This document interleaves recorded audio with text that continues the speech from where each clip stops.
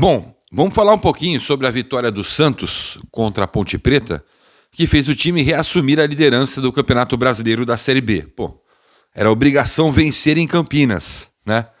Contamos com tropeços de Sport, América Mineiro, Goiás, né? Para que a gente pudesse reassumir a ponta. Mas o que a gente precisa discutir aqui é: foi um time eficiente? Quando teve oportunidade, fez? Sim. Foi um time que performou bem? Tenho minhas dúvidas. E você? Já sai comentando aqui sobre a atuação do Peixe contra a Ponte Preta, a vitória por 2-1 em Campinas. Deixa teu like neste conteúdo e se inscreva no canal se não é inscrito e ative as notificações. É importante contar com você, tá? Eu vou começar pelo fim. A entrevista coletiva do técnico Fábio Carille, eu senti um certo desconforto do Carille ao comentar a partida, as ações da partida, ao responder os repórteres que estavam lá em Campinas. Desconforto. Respostas curtas, sem muitas explicações detalhadas, né? Sobre a performance do jogo, ele falou: poderíamos ter sofrido menos. Foi isso.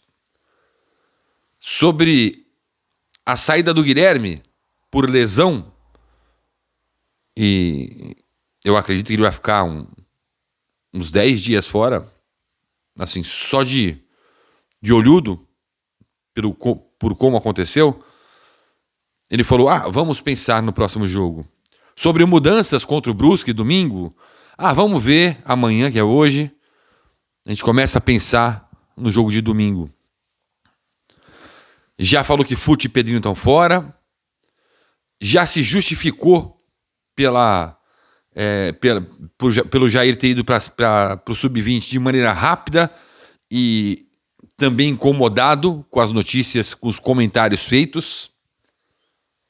E nisso eu vou contrariar ele lá no vídeo do História Santos Debate, mas aqui eu quero falar mais sobre o jogo.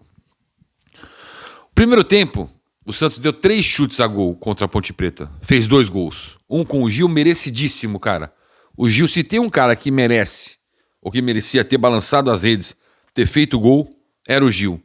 É um cara que corresponde, que entrega, né? Um cara que chegou, muita gente torceu o nariz por causa da idade dele. Não por ele ter vindo do rival, mas pela idade. O que ele vai entregar na Série B? É o cara que mais entrega no setor defensivo. Fiquei feliz pelo gol do Gil. Mas desviou no zagueiro, bateu na trave, né? Não. Se o Gil não tivesse ali para cabecear, a bola não desviaria do zagueiro e sequer iria pro gol, né? O Juliano bem posicionado no segundo gol do Santos. Foram 2 gols que saíram de jogadas com velocidade pelas beiradas. O primeiro foi uma assistência do Guilherme pela esquerda, velocidade característica, cruzou na área. O segundo, a velocidade do Sherman, JP Sherman, fez com que a bola fosse na área, o goleiro rebatesse e aí o Juliano metesse o gol. Aí o Otero deu um chute ainda no primeiro tempo. Cara, e foi isso. 3 chutes contra 7 da Ponte Preta, 2 bolas, 2 no gol, 2 bolas na rede. 100% de aproveitamento nas bolas que foram pro gol. Ok. Sobre performance, muito, mas muito abaixo. Melhora um pouco do que contra o Amazonas, mas muito abaixo do que todos esperam. No segundo tempo, você toma um gol, né? Uma bola que vem cruzada da esquerda. Na pequena área, você tem superioridade numérica, porque você tem um goleiro que sai com a mão e um zagueiro que está mais inteiro na bola do que o atacante da Ponte Preta. E o atacante da Ponte Preta consegue desviar. Faltou alguém gritar, né? Enfim, para mim foi falha do sistema defensivo. E aí tomou o gol muito cedo no segundo tempo, sofreu o restante do jogo todinho. Tá? Essa é uma análise bem rápida que eu faço do jogo. Tomou um gol bobo e sofreu. Sofreu porque não soube ficar com a bola, não soube atacar, quis continuar atacando com velocidade sem o Guilherme. E aí eu entro numa outra análise. Machucou o Guilherme. O que você tem que manter na equipe? Na minha visão, tá? Respeito as decisões do Carille. Posso respeitar, mas não preciso concordar. Bom, se você pede um jogador de velocidade, você coloca um jogador de velocidade. Pô, mas não tem o Pedrinho. Não. Que também jogava pela esquerda. Joga pela esquerda originalmente, né? Mas no Santos está pela direita. Pô, mete o Patati. Você continua tendo o corredor, velocidade e profundidade. Não que o Patati seja igual o Guilherme, igual o Pedrinho, não. Mas é um jogador com características de velocidade. Aí você me coloca o Patrick, que se esforçou muito taticamente para ajudar o Escobar na marcação, vindo. Mas se o cara ajuda muito na marcação, o Patrick não tem condições de atacar. Se ele ataca, ele deixa a marcação vulnerável. Escolheu a peça errada, mas era a peça imediata para o Guilherme. Que aí falou, opa, peraí, o Guilherme machucou, vou meter o Patrick que vai entrar na dele. E o Patrick está totalmente fora de esquadro, fora de ritmo. Falando em ritmo de jogo, né? Patrick sem nenhum. O problema do Patrick não é nem tanto o acima do peso, que não me parece que ele está tão assim. Me parece a falta de ritmo de jogo, né? De se encaixar ainda num perfil de jogo do Santos. E ele não é o cara da esquerda hoje da velocidade, que dá profundidade, que vai arrancar num contra-ataque, né? Trazer o time para frente. Para mim, ele mudou errado ali, porque a única opção que tinha no banco era o Patati, tá? Morelos. Eu não quero ficar insistindo nisso, cara, mas a gente ouviu que ele vai ter uma sequência de 5 jogos, né, como titular. Esse já é qual? Já é o 4º ou o 5º? Porque, assim, eu não vejo mais a menor condição. Morelos não toca na bola. Ontem eu fiz a conta. Quando ele toca na bola, tocou 20 vezes na bola, por exemplo, 18 foram passes para trás e 2 laterais. Não tem não verticaliza. Não é o cara que se movimenta, que balança a zaga, não é. Aí entrou o Bigode. Esse também fora de ritmo, mas se movimenta mais, se esforça mais, né? Teve alterações novamente nas laterais. Cara, desculpa, mas eu não vejo essas alterações nas laterais como uma forma de você mudar o jogo, né? Eu vejo como uma reposição, um 6 por meia dúzia, para você manter jogadores descansados ali, para aguentar o sufoco. E foi isso que ele fez no segundo tempo. Então entrou o Patrick, aí entrou o Patati, depois no segundo tempo no lugar do Otero.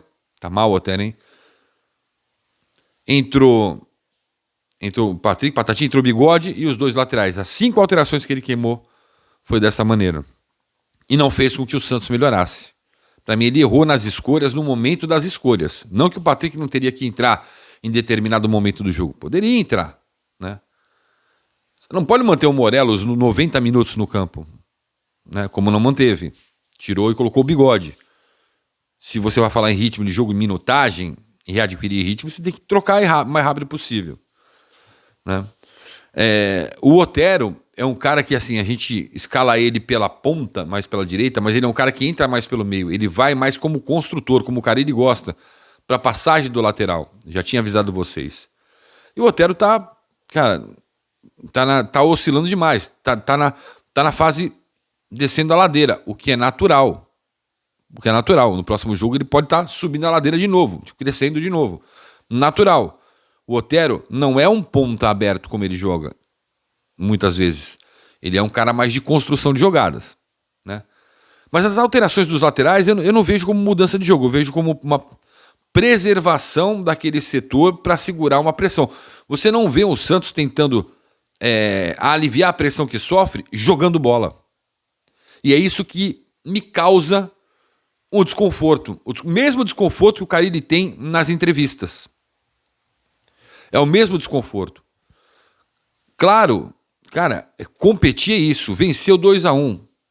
Tem gente que pensa, não interessa como foi. Cara, interessa. Interessa sim, porque é um campeonato longo. Foram 5 de 38. Restam 33.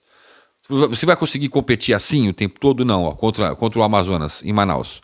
Você entrou com sangue doce, não competiu, tomou. E aí sofreu um grande prejuízo. Contra a Ponte Preta, venceu, mas se o Sport tivesse vencido, se o Goiás tivesse vencido, o Santos estaria parado no mesmo lugar. Contamos também com os resultados da rodada. Ah, Fará, isso mostra o quanto o Campeonato Brasileiro da Série B é competitivo. É difícil? Claro que é difícil. Todo mundo sabe, a gente nunca negou isso.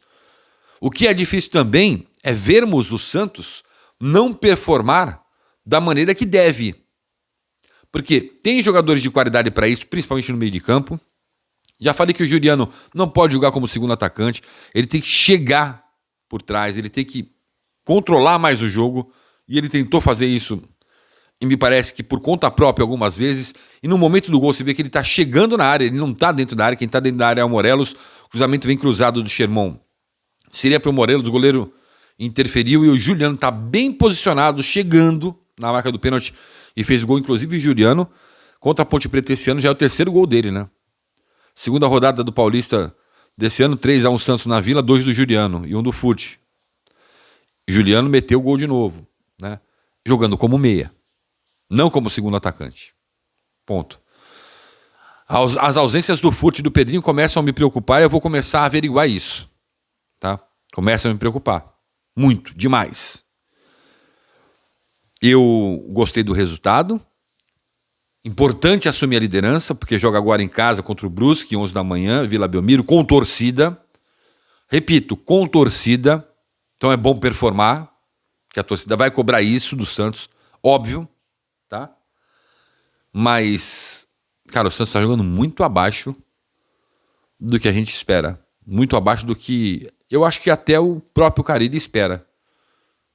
Não sei se não está conseguindo imprimir algo ao Santos para o Santos ser mais vertical e menos horizontal.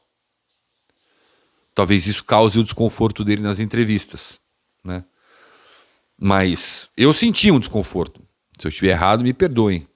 Vocês assistiram, vocês vão fazer a análise de vocês também. Valeu pela vitória. Valeu pela eficiência do primeiro tempo. 2 bolas no gol, que foram no gol, as 2 entraram. Erro que tem que ser revisto no gol da Ponte Preta, logo no começo do segundo tempo, que poderia ter comprometido a partida toda. E o Santos que se segurou ao invés de atacar. E aí o Santos já não tinha mais força para atacar, porque não tinha mais o Guilherme para verticalizar. Em determinado momento você tinha o Patati que não, né? Que também rabisca, mas às vezes rabisca para trás. E aí quando ele faz isso, ele se torna um jogador comum. Quando ele verticaliza, ele até anima o torcedor do Santos. Valeu pela vitória, valeu pela retomada da liderança, valeu pela eficiência no primeiro tempo. Não valeu pelo desconforto durante toda a partida de um time que pode render mais e sofre de bobeira. Ponto. Acho que a análise tem que ser feita de maneira justa. Eu estou tentando ser o máximo justo possível. E se você falar quem foi o melhor jogador do Santos em campo, Fará? Pô, eu elejo o Gil. Sempre seguro, sabe? Sempre no lugar certo, sempre... Para mim, o Gil foi o melhor jogador em campo do Santos. E já vem sendo, ó. Quando ele entra, ele já é o melhor em campo. Tô lendo o comentário de vocês aqui. Um abraço.